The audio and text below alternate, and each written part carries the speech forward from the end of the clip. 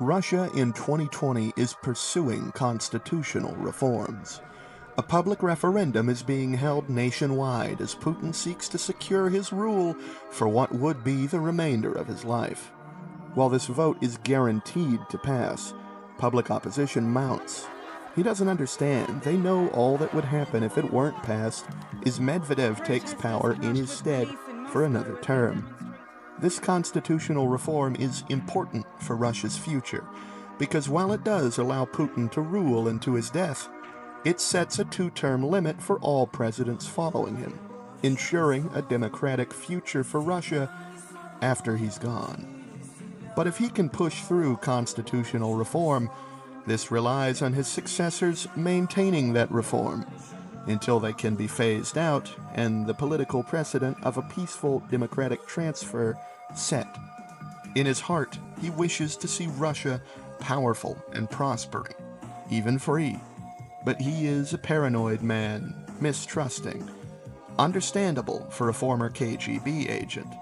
He cannot let Russia be free so long as he lives. With the constitutional reform, he ensures in his mind that it will be when he's gone.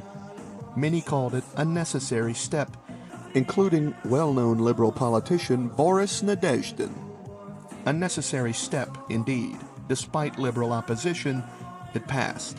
But the unrest opened a reality to united Russia. The new decade brings new discoveries, new hopes, dreams. One of these new discoveries was a brand new, novel coronavirus, tearing across China, and now tearing through Mother Russia. First, the Constitution controversy, and now the virus. Great. Well, we may as well do our best.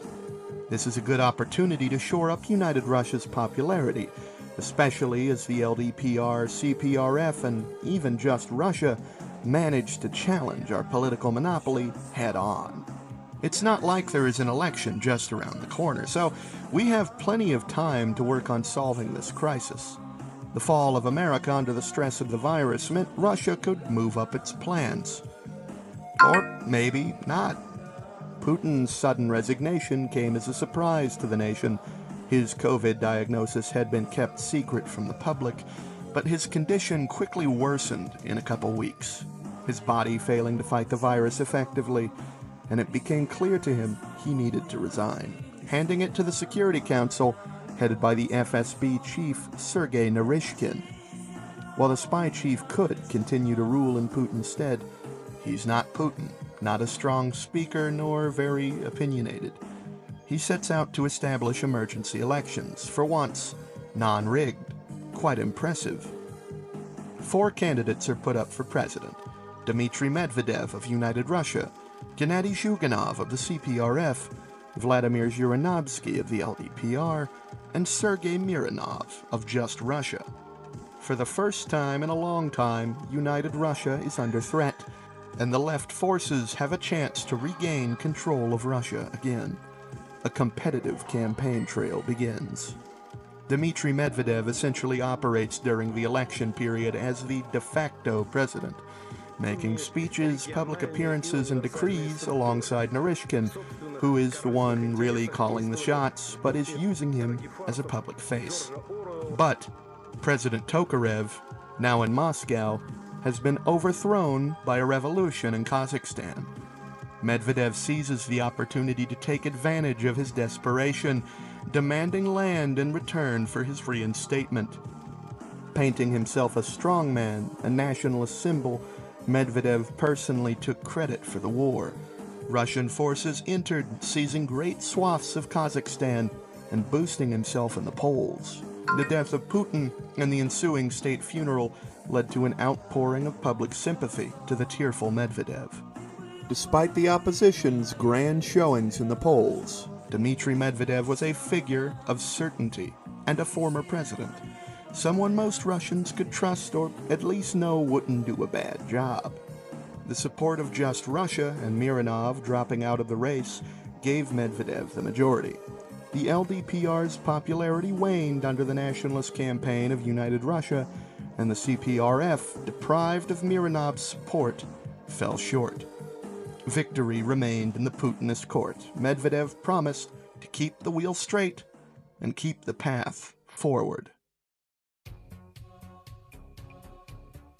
Putin's whole reign was built on being a strong man. He convinced Yeltsin the people needed a strong leader, and in 2000, Yeltsin resigned in favor of Putin. Putin's first year led to an end to Chechen independence, and he immediately consolidated himself in the public zeitgeist as a strong, patriotic president, unwilling to cow before foreign threats. His long 22-year rule saw this only further solidified.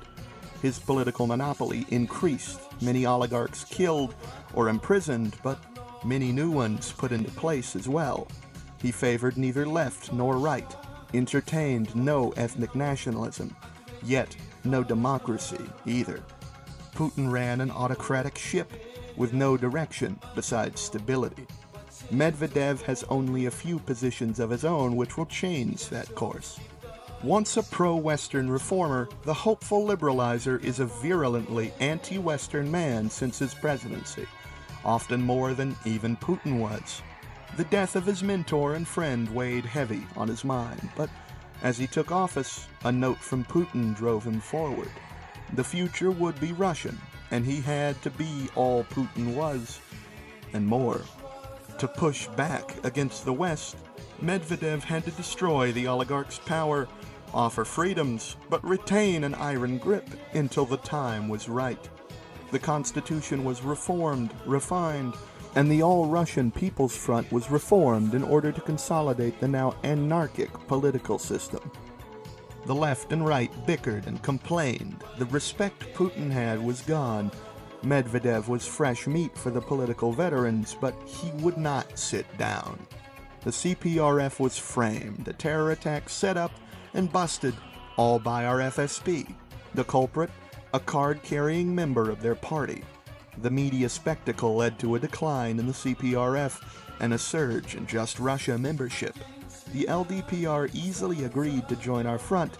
Despite their loud remarks, they are, as we are, nationalists first. Stabilizing the political situation was as easy as cracking a few heads and greasing a few palms. Mobilizing and reforming the army came with some difficulties, but with the nationalization of oligarch industries, we had a far easier time than we would have otherwise. No corporate interests, only state interests. State capitalism began to dominate the nation, following a more liberalized Chinese model, allowing the rapid growth of factories as the state dictated further production of military and civilian goods, all for the advancement of military interests and for the interests of common welfare. Russia had to become an industrial powerhouse to overcome Western sanctions. Even with the fall of America, total reliance on China was, as some put it, effective vassalization. So self-reliance had to be pursued. Military reform and the expansion of BRICS Plus meant Russian peacekeepers became a common sight on battlefields across the planet in lieu of American ones. It was a good test of our forces. Trump had indeed won the election in 2020, and so our forces deployed to Denver to aid them. They were welcomed, called friends even, by the Trump administration. Our forces fought the rebels in D.C., the National Front, but were forced to pull out after heavy damage fighting in the Rocky Mountains against the Red Army of the American People's Liberation Front. Our peacekeepers in Mexico and Colombia, however, made great strides. Operation Hotel Moscow saw us dive into Bogota, relieving the Colombian president with special forces from house arrest and unifying the leftist forces against the military rebellion and the Carlos Patina Front. Perhaps our greatest success, however, was our heavy aid to Mexico. From Mexico City to Tijuana, we drove, reclaiming the whole of Mexico for the rightful government under the Morena Party, who later became a member of BRICS alongside Colombia.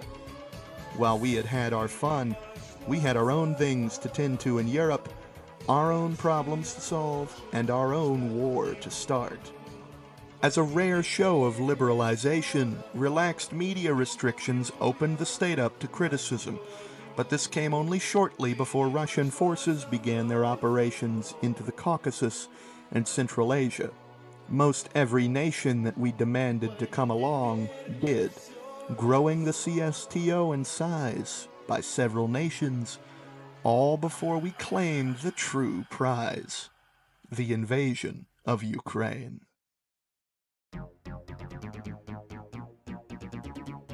The brainchild of Putin, Medvedev had helped plan it. For months prior to his death, preparing the apparatus for war, his death had delayed the inevitable. For 4 long years, Russia had waited. Medvedev had waited. The invasion of Ukraine was sudden and swift, though not unexpected. Europe had been preparing, and their forces were rattling their sabers. Their intervention complicated the conflict, but our forces would be victorious. We Russians have the heart, the drive to win. The West is weak. They have no drive, no heart. They do not even believe they should be here fighting. Taking what is ours will be easy. So rain hell, Berlin or bust!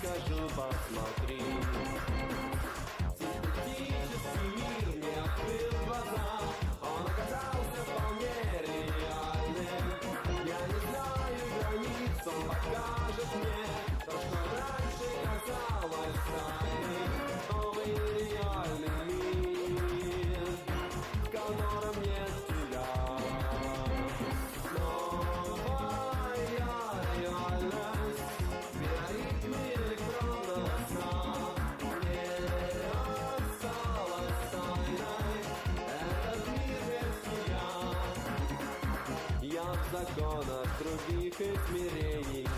Я смотрю на экран, знаю, я не осталось ненужных сомнений. Ты один для меня. Теоретический мир увлечет меня в лабиринты потерянных знаний. Удивительный край, там где нет тебя, нет того, что не стало приятным. Новый реальный мир, в котором нет тебя. Новая реальность, биоритмы электронного сна. Не осталось тайной этот мир без тебя.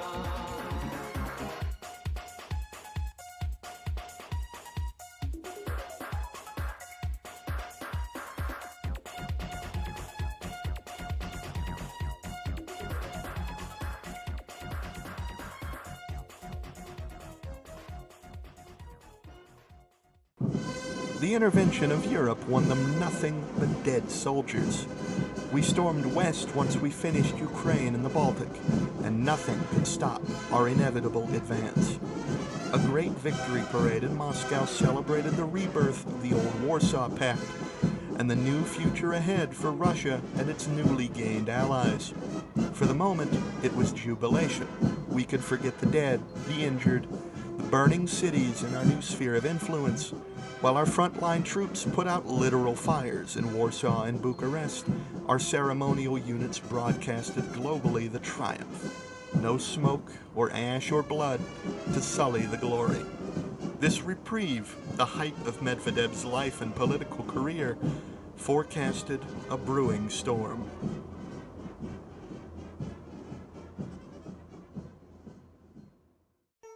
In the weeks following our victory, mass protests and assassinations consumed much of NATO. It would not be long before the alliance and many of their nations dissolved.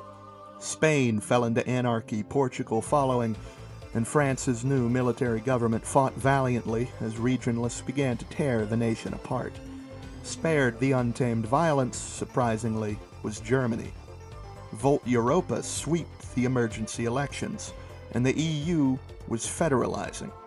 In the United Kingdom, a vote of no confidence overthrew Keir Starmer's Labour government, and Nigel Farage was placed into power, immediately requesting to join BRICS Plus as an observer. Left opposition rose, tearing Britain apart, and Medvedev from Moscow could only supervise the burning ruins of Europe from his Moscow office, sending aid where it needed to be, successfully propping up Nigel's government. So remained the issue of the people at home, and the need to rebuild Eastern Europe. Protests were frequent and prevalent all over Malorussia, Poland, Romania, but we rushed to aid them, to soothe them. Crushing every protest will not win every heart. The far left, right, and liberal opposition likewise became more vocal at home, and to soothe the political moderates, the liberal wing of the All-Russian People's Front was worked with. Boris Nadezhdin, their leader, placed at the head of government beneath Medvedev. Omo cracked down on the radical opposition. The forces of democratization became more and more vocal. In long debates about policy to follow in the new republics, it was opted to follow the birdcage experiment plan, allowing totally open and fair, unrestricted elections, which netted surprising results. Romania elected Georges Simeon, who ran on a promise to return Transylvania to Romania, and after negotiations with the Hungarian president, a compromise saw Transylvania split and a Hungarian autonomous zone established in northern Transylvania under Romanian administration. Socialists too took charge in the newly founded Russian Republic in Transcarpathia. The Republic of Galicia and Poland elected to reunify, and Slovakia and Bulgaria both elected conservative reformers. A new democratic light shined in the territories, and while all these events were going on, we were feeding them our money, our industry, and propping up their own domestic companies. The establishment of the ruble zone was controversial but unstoppable, replacing the euro with the ruble in these former EU lands and creating our own form of it through the Eurasian Economic Union framework. In due time, Russia hoped to bring all of Europe under its guidance, a common economic zone. The EU never would let us in, but now we can make our own. It came time for election season again. Medvedev's term was nearing an end. After his election in 2022, it is now late 2027. Boris Nadezhdin headed the Civic Initiative. Medvedev promoted his United Russia platform, and the former head of government, replaced by Nadezhdin, Lukashenko, ran on a social democracy platform. Ultimately, it was the reformist charm of Boris that won. The liberals now placed at the head of government and the head of the All-Russian People's Front. His promise of true democracy, privatization, and government transparency, alongside his criticism of war in Ukraine, led him to acquire popular support.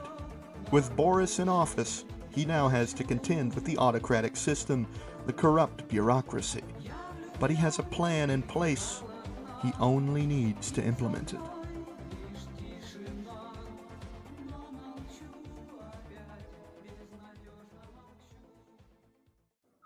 Born in the city of Tashkent, 1963, he is a Russo-Uzbek with ancestry from Ukraine, Russia, and Uzbekistan. At the age of 6, he was brought to Dolgoprudny, a city 20 miles north of Moscow.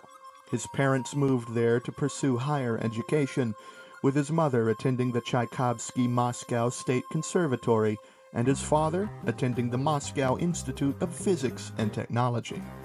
Evidently, he had a great upbringing, as his life shows. Not only did he look up to his parents, but they made sure Boris took their passions and grew them. In 1979, he showed his mathematics prowess by winning second prize in the All-Union Mathematical Olympiad, where the nation's top students faced off. He graduated that same year from Specialized Boarding School number 18 at the Lomonosov Moscow State University, a school that specialized in his father's field in physics and technology. And in the years following, he attended the same institute his father had, graduating with honors in 1985. From 85 to 1990, he put his qualifications to use as an engineer and a researcher, but the 1991 fall of the Soviet Union complicated his life and set him on a new course. Seeing that change was possible, the scholarly Nadezhdin entered as an assistant to Boris Nemtsov, later one of his strongest political allies, and also a target of assassination in 2015. Nemtsov was a liberal in Yeltsin's administration and oversaw many of the early reforms of his administration. From 97 to 98, Nadezhdin drafted some 50 pieces of legislation. By 1999, he was in the State Duma as part of the Union of Right Forces. Between 99 and today, he took many different government positions at federal, local, and state levels. He is a political veteran, a moderate juggernaut, having endured in the political scene for over 30 years. At his rallies, he often plays his guitar, singing, a musical talent inherited from his mother alongside the genius of his father. He enchants the crowd with his melodies and enlarges it with his promises. He could have simply been a toe-the-line politician, but he chose to be a critic. He chose to be extraordinary. And it is this that has kept him in the limelight for so many years. It is no wonder that this father of four found himself at the top office of the Russian Federation. He is a fresh chance, a promise of hope.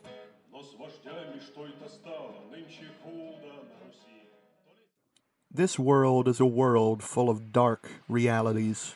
The fall of America has created power vacuums not unlike the Soviet collapse, which have led to conflicts and growing instability globally. In a world of war, dictators, and hatred, Nadezhdin is a candidate of peace and understanding. Ever a moderate, his economically liberal policies resonate with a nation tired of government-mandated oligarchs. Nadezhdin has a multifaceted plan to reform Russian society and government, a civic initiative, if you will, to restore transparency and freedom to a nation and people who have seldom known it. In a plan he calls the New Vertical, a complete shakeup of the government bureaucracy is necessary, but he knows the kind of crisis that this will create. In a manner, to free Russia, he must guide it with wide support, not unlike Putin had, but he intends to do so free and fair. The All-Russian People's Front is little more than a tool with which to bind political parties to united Russia. The New Vertical will, in time, tear it up. Independent judiciaries, electoral reform, and the diversification of state revenues, all following his plan to decidedly shake up and tear down the state capitalist Republican autocracy and to replace it with a free market, free republic. Working alongside fellow liberals in government, he moves forward, reforming the nation, the courts, and the economy, utilizing the powers Medvedev granted his executive office. And once all is done, once all is reformed, Nadezhdin can abolish these powers, returning power to the Duma and to the people. Having gained the sufficient support to do so, Nadezhdin exits the All-Russian People's Front, and it collapses. Without the moderate glue to hold the left and right wings together, Russia becomes a plutocracy, just like that. Many new parties break from the framework, breathing new life into the Russian political scene. Nadezhdin thinks to himself if the cadets of the last republic could have ever dreamed of having been this close to real democracy. The privatization of many state industries, lowered taxes, and lowered tariffs allowed foreign investments to flow not just into Russia, but into the ruble zone. Russia became rich, and with this newfound wealth, the people enjoyed expanded welfare, working rights and conditions. Meanwhile, the European Union, which had began to consolidate all of Western Europe, was greenlighting a whole new system altogether. The Federal Security Bureau, still under the trusted Narishkin, gave alarming reports to President Nadezhdin from within the European Union. Agents in Brussels spoke of military units surrounding the European Commission, and Klaus Schwab, head of the World Economic Forum, seizing control with a cabal of European corporations supporting the coup. The reports were true, of course. Of that there was no doubt. Europe had begun a post-capitalist transition, and Schwab was broadcasting to the world many speeches speaking of their progress in this manner, working towards the establishment of a mysterious Agenda 2040. Europe, even with the ascension of a peaceful liberal in Russia, found itself diametrically opposed with the West once again. With Russia basking in the wealth of a capitalist revival, the promise of the 90s and of democracy realized late, but realized. Europe turned away from it altogether, descending into a new system envisioned by their leader, headed by corporations rather than elected officials. Nadezhdin smiled in public, made friendly overtures to Brussels. He truly wanted peace, but he continued to research the regime, and as 2029 turned into 2030, he continuously grew more and more horrified of their new neighbor.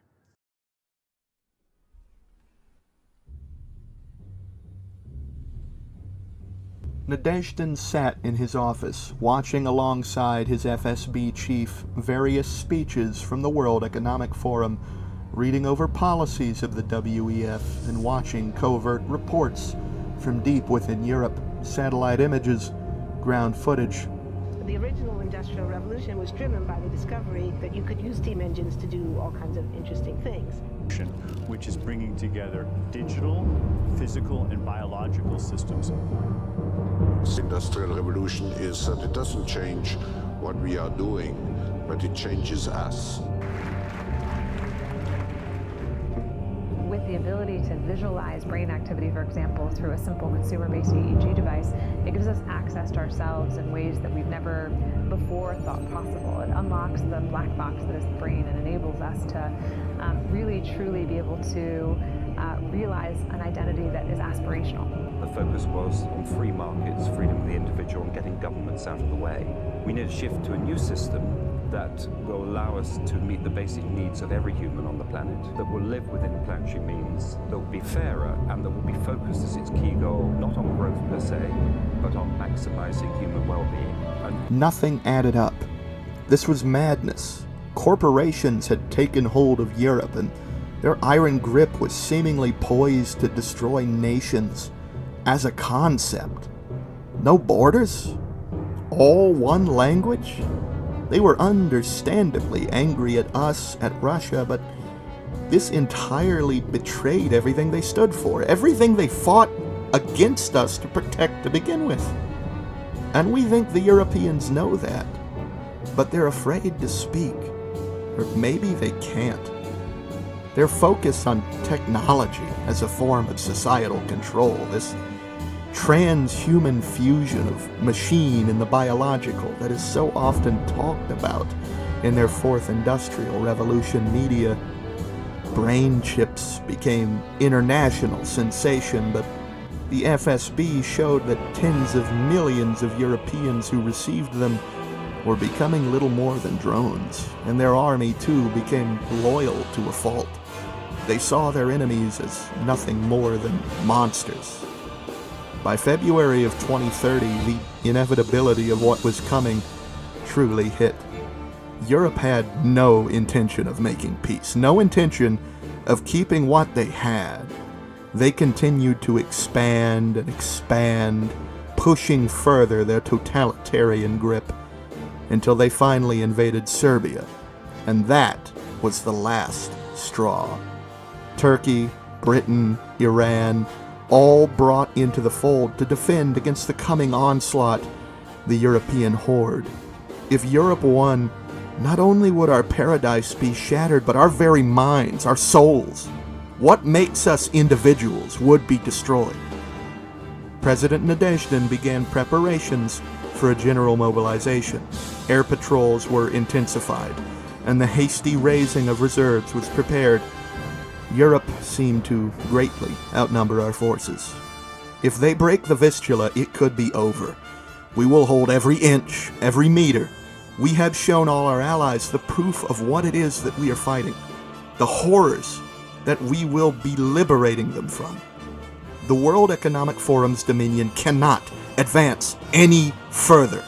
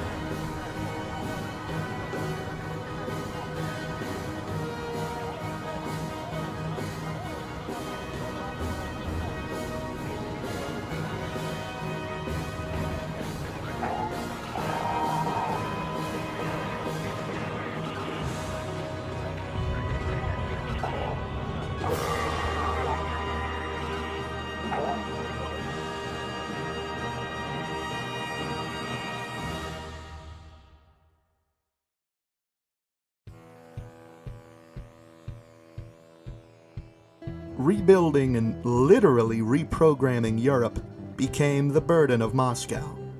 Our victory liberated Europe from the clutches of Schwabist post-capitalism. We gave them their languages back, their elections back, and their minds. Those unfortunate enough to be chipped could voluntarily sign up for removal surgery, though survival wasn't guaranteed. The chips seemed to be made as permanent fixtures. Many opted to keep them, but their behavior was always noticeable, dangerous even. Some wanted to give them a life internment in asylums, but Nadezhdin opted to let them live their lives. Without updates, the chips would become buggy, inoperable. In 10 years' time, those with them were projected to experience worsening mental illness.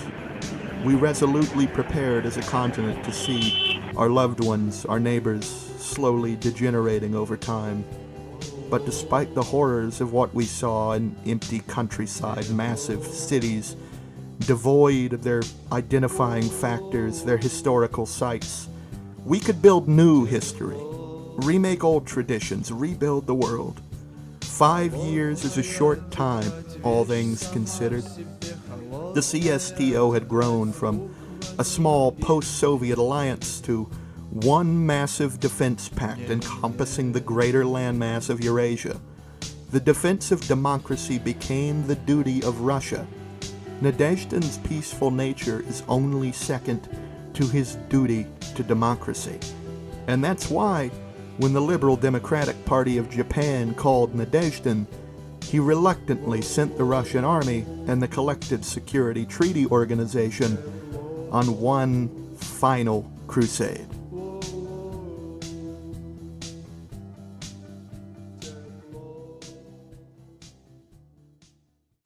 Early in the war in the Far East, it appeared that China would falter. They begged us for military access through Afghanistan, and we denied it.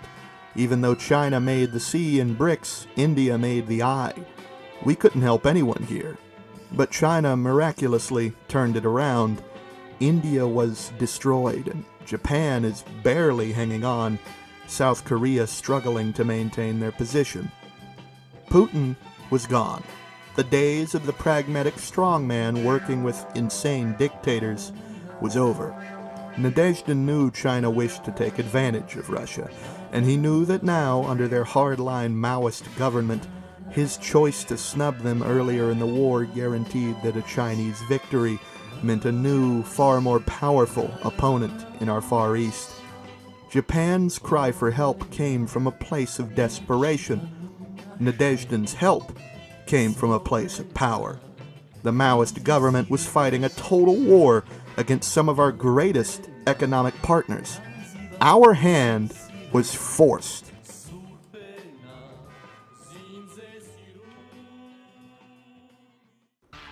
Mongolia, fearing for its safety, was admitted to the CSTO. As a gift, Nadezhdin promised them parts of Inner Mongolia.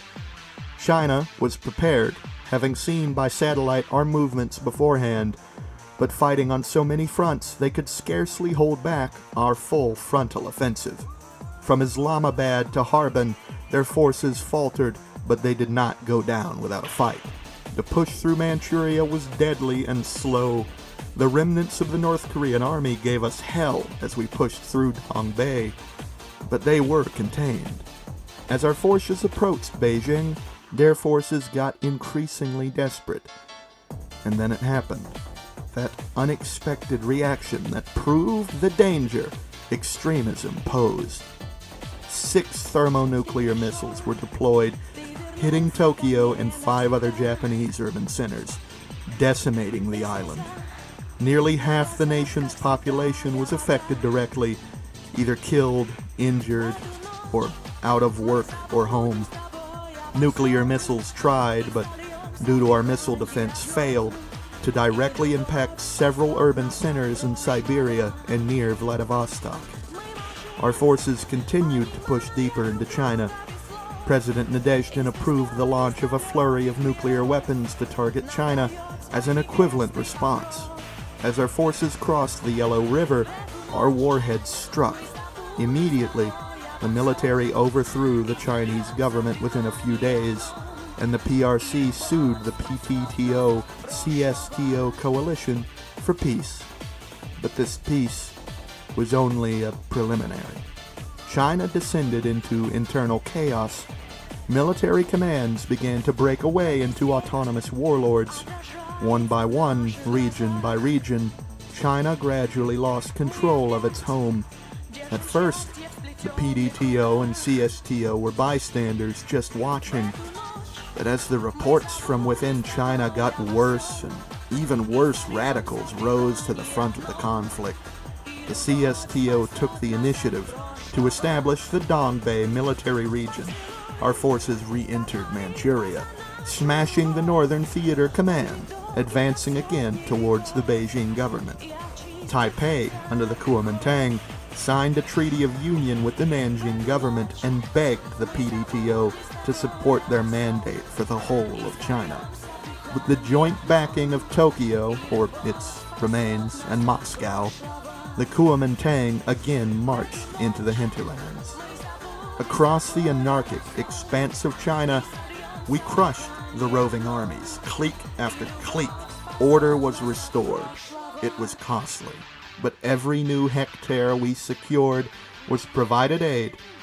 Every new city, law, and order was restored. We saved a nation of nearly 2 billion souls from years of chaos. And under the white sun again, the Republic of China stood tall over the nation.